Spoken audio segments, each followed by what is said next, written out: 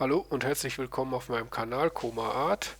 Ich bin Markus Köttermann und heute geht es darum, dass wir dieses angenehme, ich nenne es mal Mitrillus, weil es mein zweites ist, Wassermaterial erstellen. Und ja, da haben wir mehr oder weniger zwei Wasserfarben drin. Dann haben wir mit Bump Wellen reingemacht und haben eine Volume Absorption drin, Emission, dass das Wasser eine gewisse Farbe kriegt. Wir haben den Boden drunter gezogen, die entsprechenden Sachen, die wir brauchen, bis auf das Hintergrundbild. Da müsst ihr euch selbst irgendwo eins aussuchen. Das ist ein Urlaubsbild von mir, das wollte ich jetzt nicht teilen. Aber die anderen Sachen, die man so auf gewissen Seiten dann zum Runterladen kriegt, wie Texturen und so weiter, packe ich euch die Links in die Videobeschreibung. Und dann lasst uns einfach mal reinstarten und ich hoffe, ihr habt Spaß daran. Fangen wir mal an und entfernen das beide. Den, sagen wir mal, Scale, Shift Z, so, Rise 20, 20, fertig. Und Z, sagen wir, machen wir 2. So. Dann machen wir anders. 1,5. So. Passt. Damit, das wird unser Wasser. Dann fügen wir eine Plane hinzu. Scale mal ein bisschen größer, dass wir sehen, wo es ist. GZ ziehen wir bis unters Wasser oder knapp drin. So, fertig. Und dann wollen wir natürlich noch was haben, damit wir da was sehen. Tun wir einen Cube hinzufügen. Den scalen wir mal nur auf ohne Z und sagen 2, 9, 3, 2,5, ne, machen wir 3. So, dann gehen wir mit Tab in den Edit-Modus. Den machen wir eben weg, nehmen die obere Fläche, machen Insert,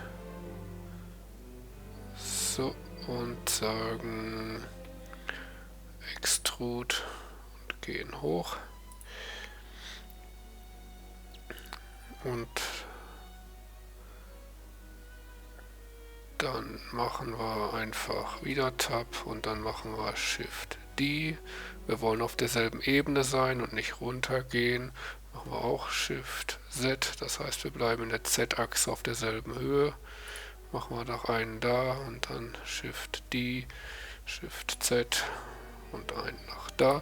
Dann haben wir was nachher im Wasser dementsprechend mit ist. Den können wir wieder sichtbar machen. Und dann machen wir noch ein Hintergrundbild. Dafür machen wir ein Image hinzufügen. Sagen wir einfach Mesh Plane.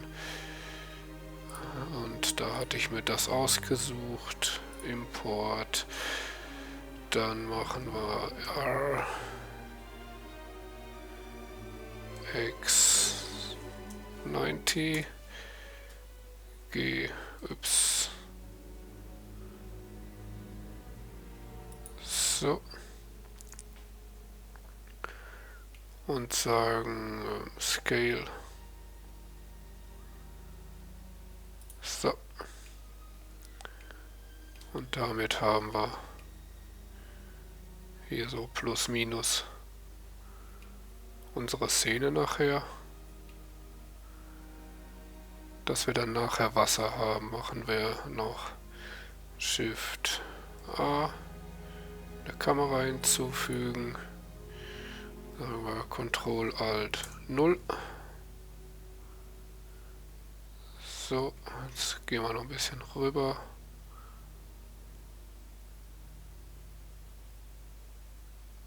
Sagen wir es so.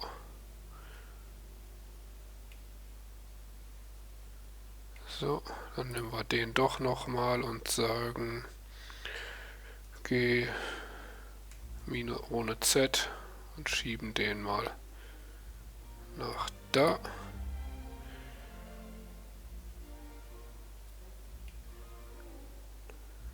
Und den machen wir dann doch nochmal G, ach Quatsch, S, X. So. Und die Plane machen wir auch G, X.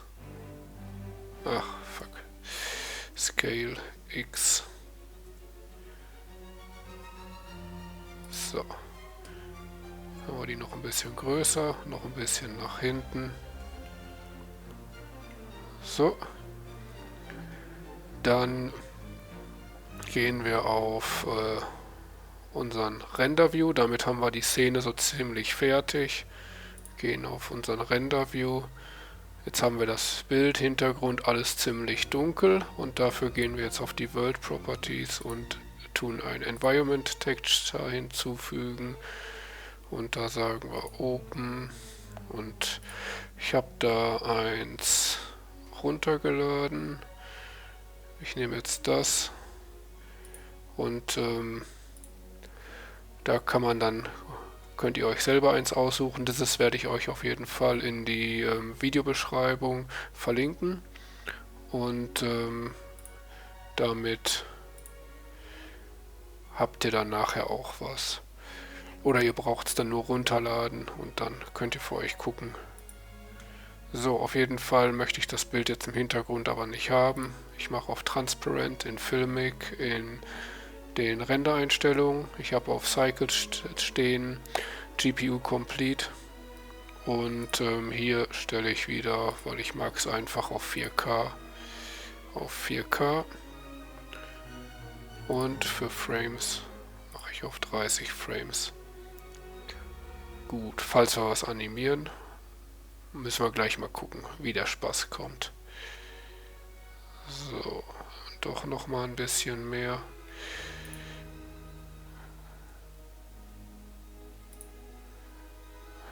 S, X, S, ups, S, X. So. Gut, damit haben wir unsere Grundszene erstmal fertig. Dann heißt es nun, wir vergeben ein bisschen Material und dafür gehen wir erstmal auf den Shader Editor und wir geben... Fangen wir mit dem Wasser an oder fangen wir mit dem Boden an? Ich sage jetzt mal ganz frech mit dem Boden. Dafür klicken wir erstmal an und sagen Apply Scale. Erstmal alles Apply Scale, Apply Scale, Apply Scale, Apply Scale, Scale. So. Fangen wir mit dem Boden an. Da sagen wir neu. Material nennen wir jetzt Ground. Und da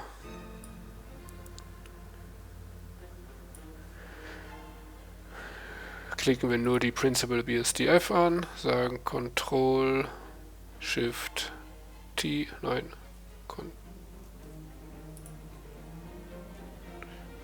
no, das war verkehrt. Tab. Entfernen. Nochmal die Principal BSDF. Shift Ctrl T. Und dann habe ich hier einen Rocks Material runtergeladen. Das nehmen wir alles. Und damit brauchen wir dann nicht mehr viel vorbereiten. Wir lassen alles so, wie es ist. Nur, dass wir hier für das Displacement, ich mache mal eben das Wasser quasi weg, den Cube. Jetzt ist das ja ziemlich glatt, flat Boden. Den ziehe ich jetzt doch noch ein klein bisschen hoch. GZ. damit das mit denen übereinstimmt ungefähr. Und jetzt gehen wir hier auf Material, dann auf Settings, und weil wir hier mit Displacement arbeiten, müssen wir von Bump Only auf eventuell Displacement Only oder Displacement and Bump. Ich gehe auf Displacement and Bump, in den Edit-Modus gehen und dann Ctrl-I, Subdivide, und dann können wir hier, machen wir mal 100. Dadurch haben wir mehr Fläche, die vereinzelt bearbeitet werden kann. Dann gehen wir wieder in den Edit-Modus und jetzt sehen wir, dass wir hier dementsprechend ein Displacement haben, und desto höher wir mit dem Scale gehen, desto mehr wird das. Oder desto niedriger wir gehen, desto weniger wird das. Ich nehme jetzt mal ein Scale von 2 und dadurch habe ich eine unebene Fläche. Und jetzt gucke ich mal eben noch, dass alle so ungefähr unten glatt sind, und G, Z, so ungefähr. Gut, damit haben wir unseren Boden fertig. Wir haben hier Türme fertig, die dann für die Spiegelung mit dem Wasser ein bisschen interessant werden. Und dann sollte das funktionieren. Das heißt, wir gehen jetzt auf unseren Cube, der das Wasser werden soll, klicken den an und sagen dann, dass wir den jetzt quasi fertig machen. Dafür machen wir als erstes den Principal BSDF hier entfernen. Entfernen. Und wir sagen, wir machen einen Glass BSDF hinzufügen. So, mit dem Glass BSDF haben wir es erstmal durchsichtig. Wichtig ist jetzt erstmal den IOR auf Wasser stellen. Das wäre 1,333. Damit haben wir schon mal den Index of Refraction ein bisschen angepasst. Roughness kann man minimal hochstellen, eventuell 0 oder 0,1. Dadurch wird die Spiegelung ein bisschen rauer. Und um jetzt dann ein bisschen mehr Realität mit reinzubringen, kann man jetzt die Transparent BSDF hinzufügen, und dann fügen wir einen Mix Shader hinzu und sagen hier Transparent. Hier gucken wir Farbe ganz weiß, Farbe ganz weiß, und dann das Transparent dementsprechend mit einbringen mit dem Liked Path. Und hier nehmen wir dann den Ausgang ist Shadow Ray.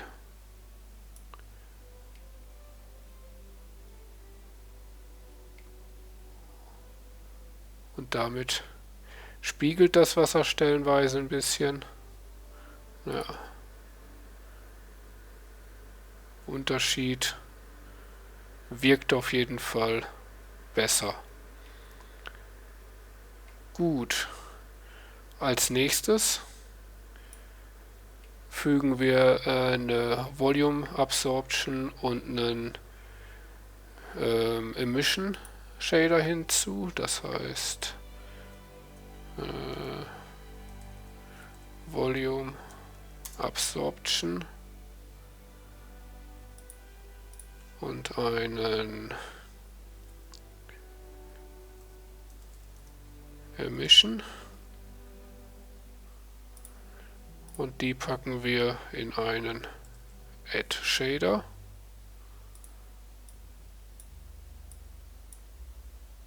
Packen dann hier ins Volume. Jetzt viel zu hell. Die Emission packen wir auf 0,1. Dadurch ist das Wasser etwas fluoreszierender, und die Volume Absorption machen wir auf 4,3. Dadurch wird es nochmal wieder ein bisschen heller. Und für Volume geben wir jetzt eine Color. Ich habe mir jetzt dafür eine ausgesucht gehabt. 8B D A D3 FF. Und für die Emission genauso habe ich mir eine ausgesucht. Das wäre 3D 4B 4C FF.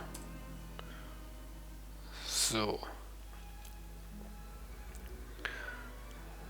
Und jetzt wirkt das schon eher wie so ein türkisgrünes Wasser. Die Steine darunter sind gut zu sehen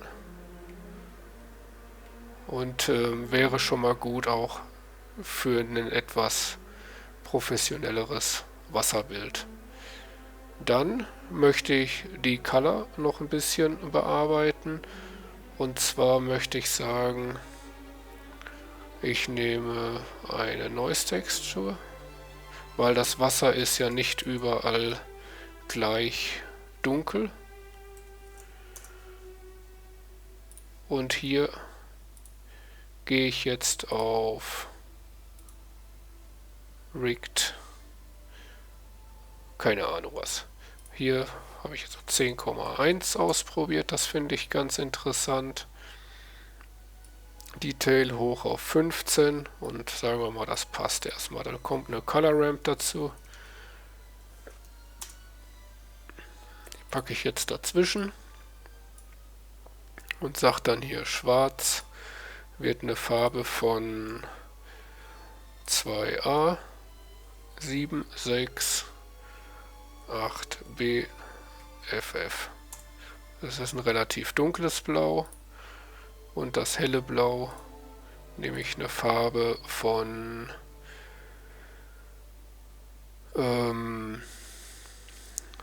A9 EA FF FF. So, damit habe ich helle Wasserteile, dunkle Wasserteile. Ich kann das auch über die Standard so machen. Was man gerade besser fühlt oder besser haben möchte, kann man da dementsprechend das Wasser mehr oder weniger beeinflussen, auch indem ich dann hier Werte rüberziehe, was heller mache, wesentlich härter mache. Dann kann ich auch noch anstatt linear B-Spline, dann wird das Ganze ein bisschen von den Übergängen etwas weicher. Oder ich könnte zum Beispiel auch dann die Farben wechseln mit Flip, und so kann man dann dementsprechend was Schönes fertig machen. Ich in diesem Fall bleibe auf dem. B-Spline könnte ich jetzt lassen, dadurch ist der Übergang weicher. Und ne, ich mache das nach da. Das mal. Ne, was hatte ich? Linear. Gut. Geht das nach da zur Color. Dann haben wir hier dunkleres Wasser und helleres.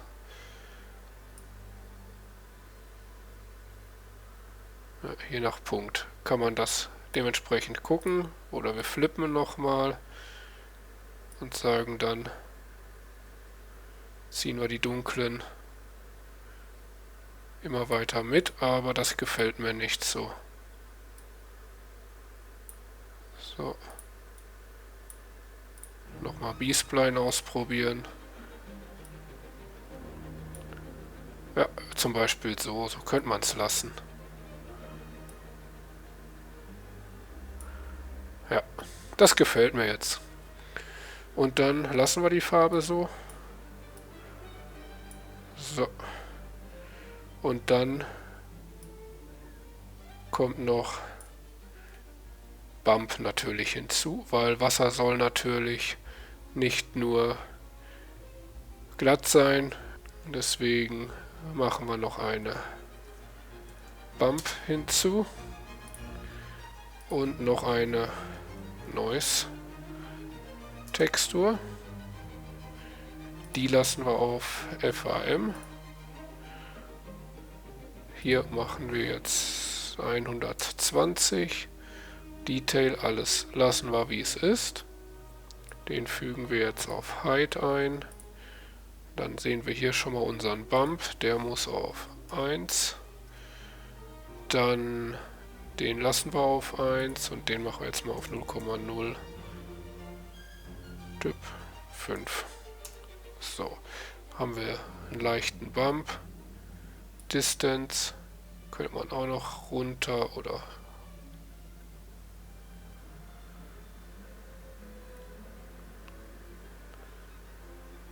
hoch. Machen wir mal 0,5.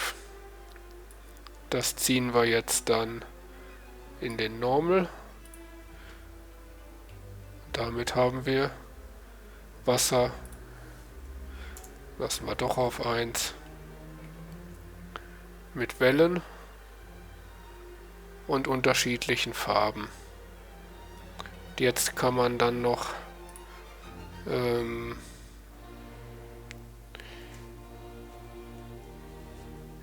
so das Textur und Mapping holen. Den packen wir da oben auch noch mit rein. So.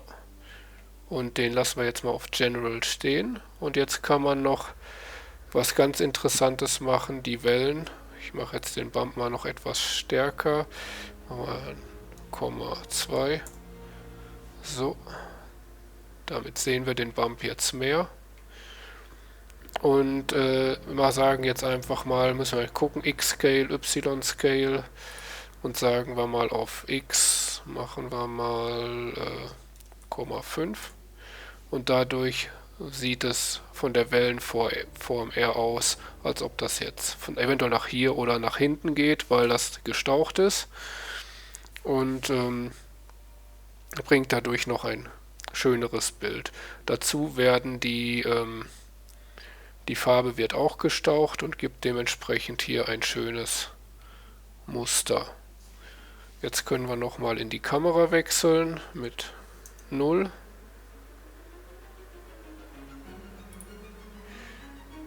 G, X, ein bisschen so verschieben.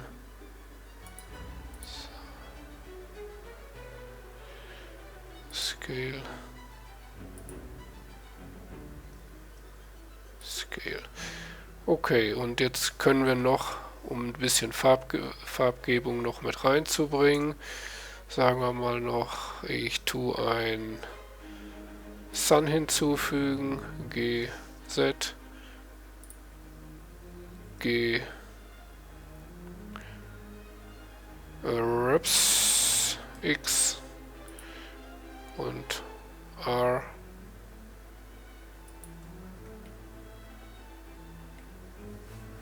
sieben, R. So. Jetzt haben wir hier einen Schatten mit drauf. Wir können noch einmal ein bisschen höher. So. Dann haben wir hier den Schatten. Könnte jetzt noch ein klein bisschen. So. Haben wir hier Schatten mit drauf. Sehen wir aber jetzt, glaube ich, in der Kamera nicht so schwer da. Ne, das heißt, wir könnten noch einmal mit 7 in die Top View gehen.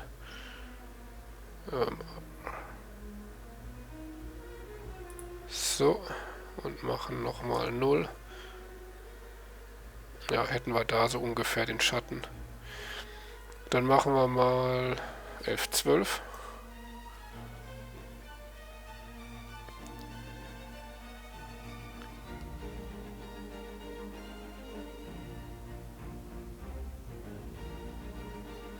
Und hätten hier unseren Wasserrender. Ups. Nochmal Denoising.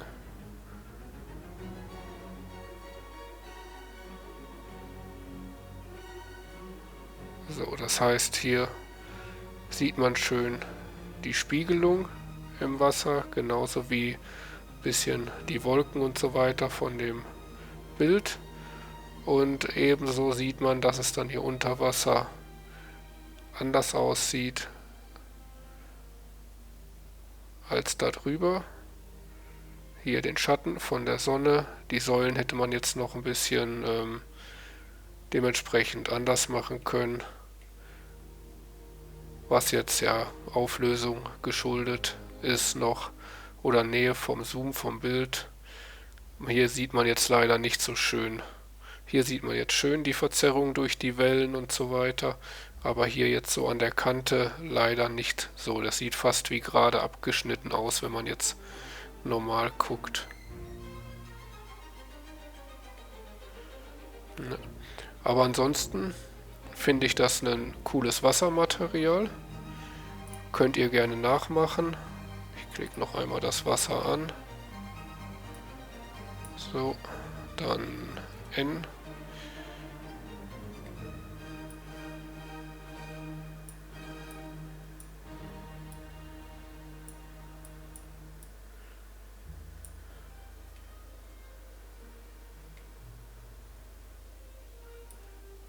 So, könnt ihr einmal gerne nachmachen, genauso wie es ist oder ändern. Interessant sind halt eben hier die Werte oder die Farben oder dann hier der Wert oder hier XY, den Scale ein bisschen verändern, dann hier mit der Strength und mit der Distance spielen, mit den Farben, Roughness ein bisschen, was auch geht in Camera Ray, macht auch manchmal gute interessante Sachen. Dann hier Farbe, Density, Strength und Farbe und dementsprechend könnt ihr da schon schön was einstellen. Wünsche euch auf jeden Fall viel Spaß damit und dann fügen wir das jetzt noch eben zum, wie heißt es, zum Asset Browser hinzu. Davor speichern wir das nochmal eben ab. Save as und wo haben wir das? Da.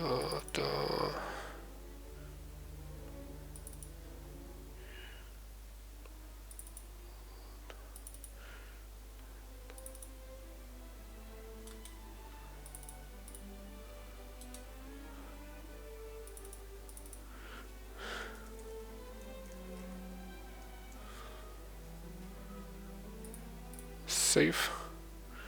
Damit haben wir das abgespeichert. Dann geben wir dem Material noch den Namen Mittel, weil ich werde noch ein anderes Wasser erstellen. Water or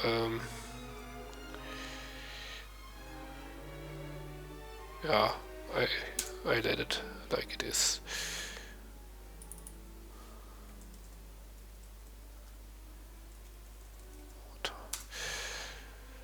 So, nochmal Save und dann öffnen wir, oder ich jetzt, ihr könnt euch überlegen, wo ihr das hinspeichert, meine Materialordner und hier, das war ja das erste Wasser, das ein ganz simples Wasser und jetzt füge ich halt eben noch eins hinzu. So, machen wir den mal Shift D für Duplicate und sagen 3 Enter und den nennen wir dann Middle Water Object. So, dann entfernen wir hier das Wasser, haben wir wieder unseren weißen Würfel. Sagen erstmal Save und dann über Append auswählen von unserem alten Material. Dann, ne, das war falsch. Da. Material. Water.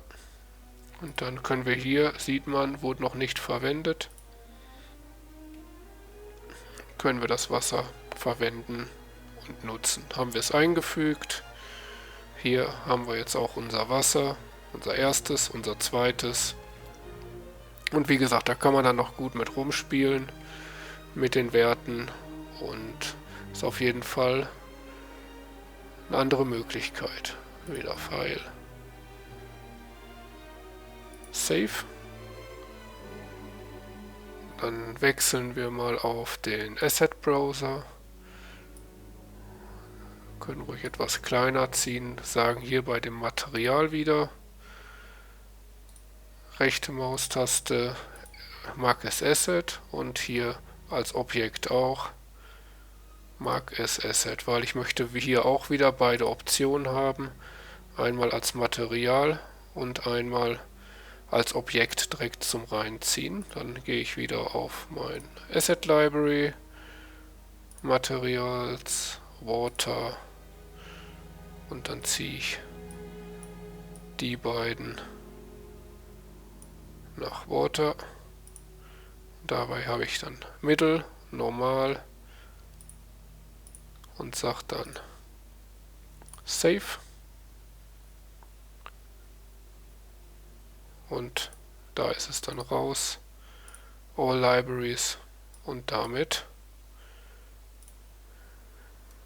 haben wir es. Middle Water, Simple Water,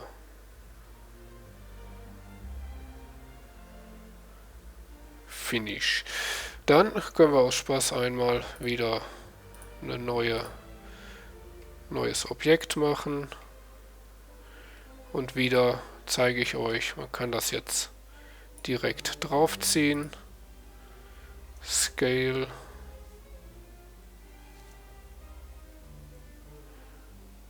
So. Und da haben wir dann unser Wasser. Hier leuchtet gerade das Licht schön hin. Sieht man, transparent. Funktioniert wunderschön. Auch hier so an der Seite, wie es dann durchstrahlt. Ja. Von dem Licht. Ist schon ein cooles Ding. Oder man kann jetzt hier auch wieder den Würfel einfach reinziehen. Und da haben wir dann auch nochmal das Wasser. Und da sagen wir jetzt einfach mal Scale Z. Da haben wir dann jetzt so eine Wasserstange. Dann können wir jetzt noch einmal Apply. Den Scale. Und hier auch Apply. Nichts hinzufügen. Apply Scale. Verändert sich nicht viel. Aber hier sieht man auch, dass das Licht hier schön sich drin bricht. Ist schon cooles Material und kann man auf jeden Fall was mit anfangen. So, damit wünsche ich euch einen schönen Abend oder wann auch immer es bei euch ist. Wünsche euch viel Spaß mit dem Material. Ich hoffe, es konnte euch was helfen. Ja, und dann würde ich sagen, lasst mir gerne ein Like da oder schreibt mir einen Kommentar in die Kommentarzeile und dann sehen wir uns beim nächsten Mal. Bis dahin, tschüss und alles Gute.